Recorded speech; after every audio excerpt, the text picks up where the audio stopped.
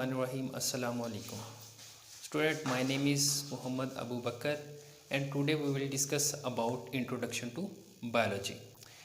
Introduction of biology में जाने से पहले सबसे पहले हम डेफिनेशन देखेंगे साइंस के बारे में।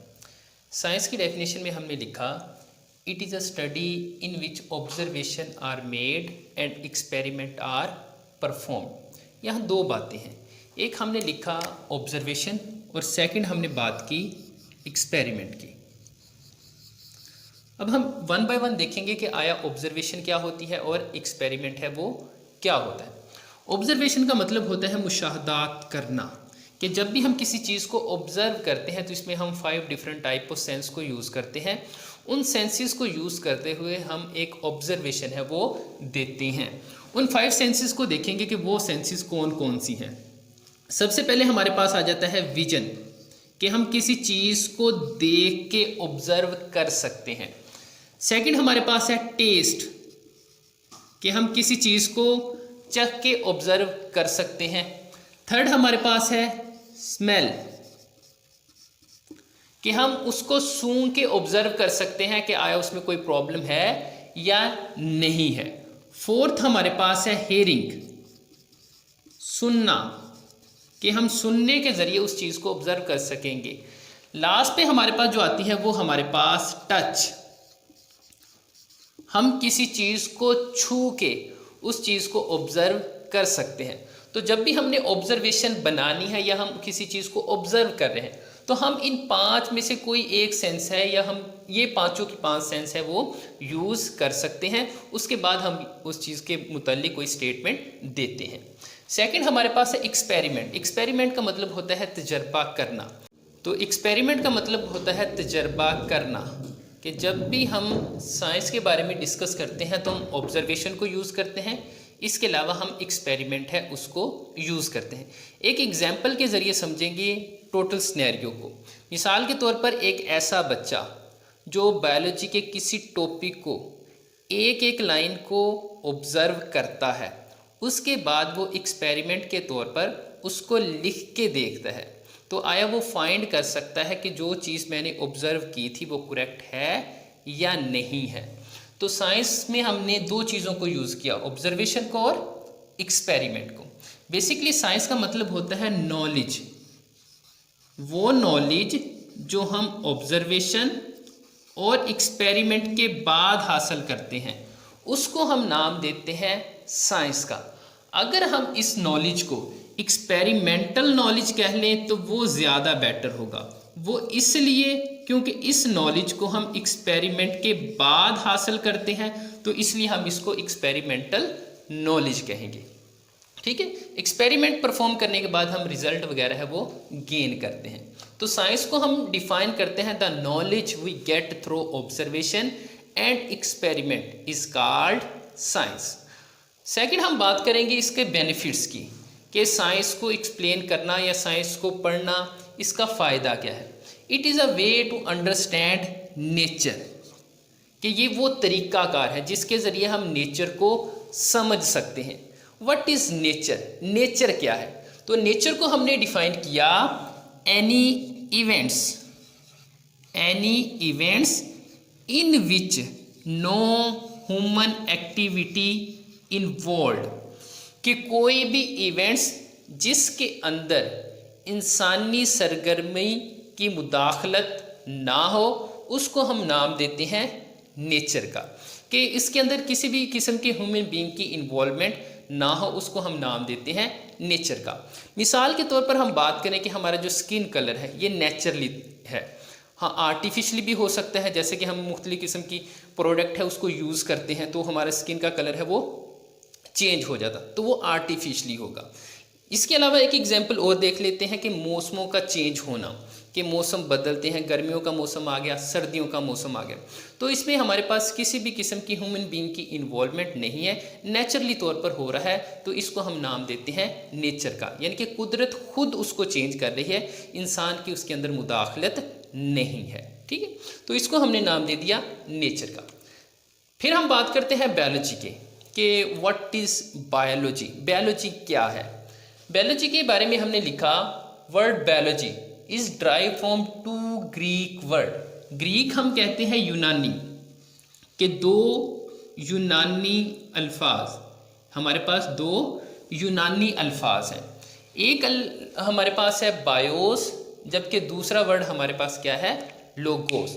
जब हम बात करते हैं बायोस की तो बायोस का मतलब होता है लाइफ, जबकि लोगोस का मतलब क्या होता है, स्टडी ऑफ। इसके अलावा इसका और मीनिंग्स है, थॉट आर रीजनिंग, या फिर हम नाम देते हैं रीजनिंग, सोचना, वजह तलाश करना।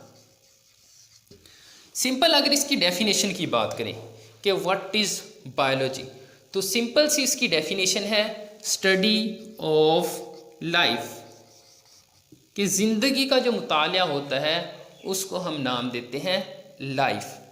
तो सिंपल सी इसकी डेफिनेशन बायोलॉजी की, जितने भी हमारे पास साइंस सब्जेक्ट आ जाते हैं उसमें सबसे आसान हमारे पास जो डेफिनेशन है वो है बायोलॉजी की, जो एक नॉर्मल पर्सन को बड़ी आसानी के साथ याद हो सकती है।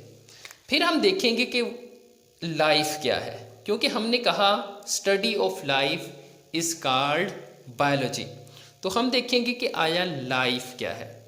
कुछ क्वेश्चन हमारे पास ऐसे होते हैं जिनके जवाब हमारे पास नहीं होते, ठीक है। मिसाल के तौर पर हम लाइफ की बात करें तो जो बायोलॉजिस्ट होते हैं वो लाइफ को जब एक्सप्लेन करते हैं या डिफ़ाइन करते हैं तो कुछ करैक्टरिस्टिक के बेस पे डिफ़ाइन करते हैं, या हम दूसरे लफ्ज़ों में ये कह सकते हैं कि करैक्टरिस्टिक की बेस पर हम जानदार और बेजान इन दोनों के दरमियान डिफरेंस है वो करेंगे। तो हमने लिखा सेट ऑफ करैक्टरिस्टिक के खसूसियात का मजमुआ, सेट ऑफ करैक्टरिस्टिक खसूसियात का वो मजमुआ है जिसकी बिना पर हम लिविंग ऑर्गेनिज्म और नॉन लिविंग इन दोनों के दरमियान डिफरेंस है उसको बयान कर सकते हैं।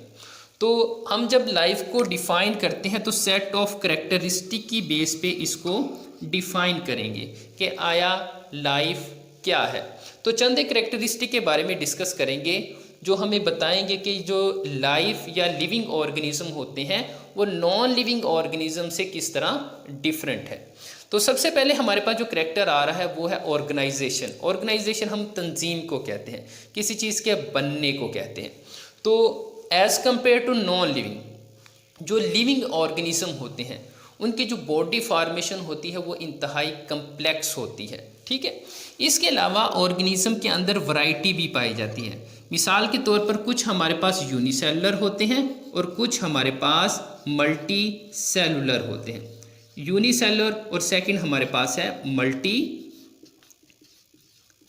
सेलुलर। यूनि का मतलब होता है वन, बेसिकली यूनिसेलुलर जो वर्ड है ये दो वर्ड है, यूनि और सेलुलर। यूनि का मतलब होता है वन या फिर हम सिंगल कहते हैं, और सेलुलर का मतलब है सेल, कि ऐसे ऑर्गेनिज्म जिनकी फॉर्मेशन सिंगल सेल से हो उनको हम नाम देते हैं यूनिसेलुलर। एग्जाम्पल हम यहाँ देखेंगे, हमारे पास एग्जाम्पल आ जाती है बैक्टीरिया वगैरह की, जैसे हम कहते हैं ई कोलाई बैक्टीरिया, ये हमारे पास एग्जाम्पल आ जाती है यूनिसेलुलर ऑर्गेनिज्म की। मल्टी सेलुलर, मल्टी का मतलब होता है मैनी और सेलुलर का मतलब सेल, ऐसे ऑर्गेनिज्म जिनकी formation more than one cell से हो उसको हम नाम देते हैं मल्टी सेलुलर। एग्जाम्पल हम यहाँ देखेंगे, हमारे पास आ जाते हैं प्लांट, इसके अलावा एनिमल, ये हमारे पास एग्जाम्पल आ जाती है मल्टी सेलुलर की।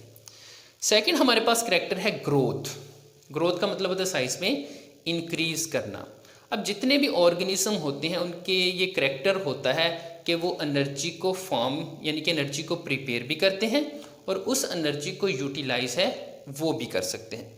फिर उस एनर्जी को वो अपनी बॉडी के डिफरेंट किस्म के फंक्शन हैं उनको परफॉर्म करने के लिए इस्तेमाल करते हैं। इसके अलावा वो ग्रोथ के लिए भी उस एनर्जी को यूज़ करते हैं। तो ऑर्गेनिज्म होते हैं वो एनर्जी प्रिपेयर भी करते हैं और उसको यूज़ भी करते हैं।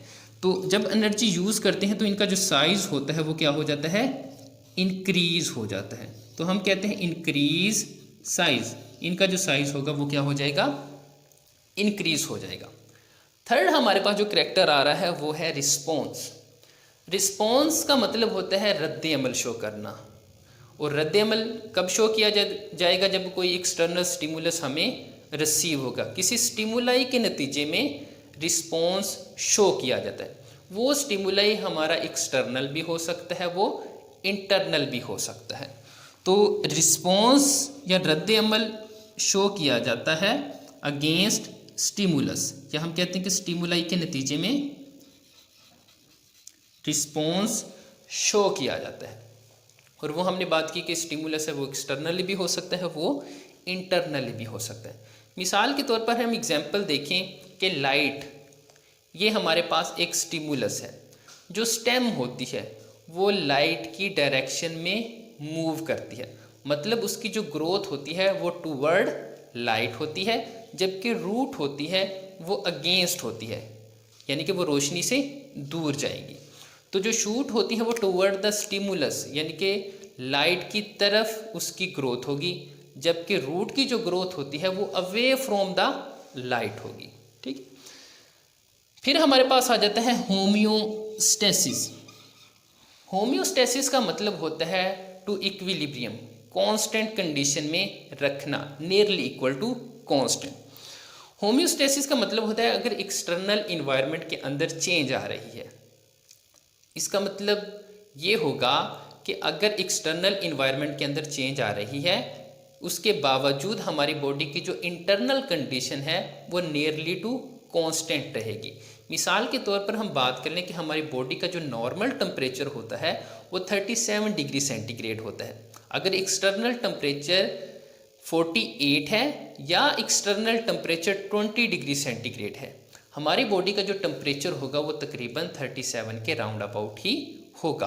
तो ऑर्गेनिज्म के अंदर ये करेक्टरिस्टिक होता है कि वो अपनी इंटरनली, या दूसरे लफ्ज़ों में हम कह लें कि जो लिविंग ऑर्गेनिज्म होते हैं उनके अंदर ये खसूसियत होती है कि वो अपनी इंटरनल बॉडी कंडीशन को नॉर्मल, यानी कि उसको चेंज नहीं होने देते। तो ये हमारे पास आ जाती है होम्योस्टेसिस। लास्ट पे हमारे पास आ जाता है रिप्रोडक्शन। रिप्रोडक्शन यानी कि री का मतलब होता है अगेन, और प्रोडक्शन का मतलब क्या है, प्रोड्यूस करना। तो ऑर्गेनिज्म का सबसे जो बेसिक करैक्टर होता है कि वो रिप्रोडक्शन करते हैं और अपने ही जैसे ऑफस्प्रिंग है या जानदार है वो प्रोड्यूस करते हैं। तो ये चंद एक करैक्टरिस्टिक होते हैं जिनकी बेस पे हम लिविंग थिंग्स और नॉन लिविंग थिंग्स, इन दोनों के दरमियान डिफरेंस है उसको बयान करते हैं। लास्ट पे हमारे पास एक डेफिनेशन और आ जाती है, वो आ जाती है हमारे पास बायोलॉजिस्ट की, कि बायोलॉजिस्ट कौन होते हैं। अगर हम बायोलॉजिस्ट की बात करें, दे स्टडी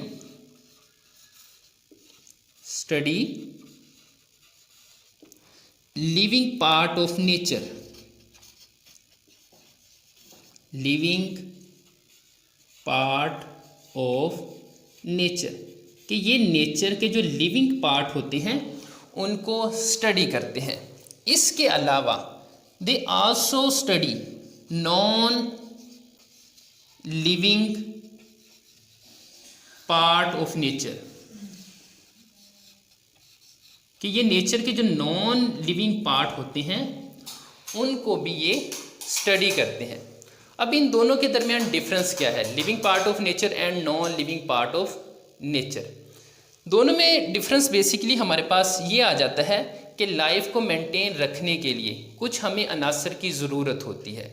तो बायोलॉजिस्ट क्या करते हैं, उन अनासर को डिस्कस करते हैं जो एक लाइफ को मेंटेन रखने के लिए इंतहाई ज़रूरी होते हैं। मिसाल के तौर पर हम बात करें एसी है, अब इसका एक जानदार की ज़िंदगी पे असर नहीं होगा क्योंकि इसके होने या ना होने से लाइफ पे इफ़ेक्ट नहीं आएगा। लेकिन चंद एक फैक्टर, मिसाल के तौर पर हम लाइट की बात कर लें, हम वाटर की बात कर लें, हम एयर की बात करें, ये वो नॉन लिविंग फैक्टर हैं जो एक जानदार की ज़िंदगी पर असर अंदाज होते हैं। इनका होना यानी कि इनकी मौजूदगी और गैर मौजूदगी, ठीक है, दोनों एक जानदार की ज़िंदगी पर असरअंदाज होती है। तो बायोलॉजिस्ट क्या करते हैं कि लिविंग पार्ट ऑफ नेचर को भी डिस्कस करते हैं और ये non living part of nature को भी डिस्कस करते हैं। और वो non living part of nature सिर्फ वही है जो कि एक लाइफ को या एक जानदार की ज़िंदगी पर असरअंदाज होते हैं।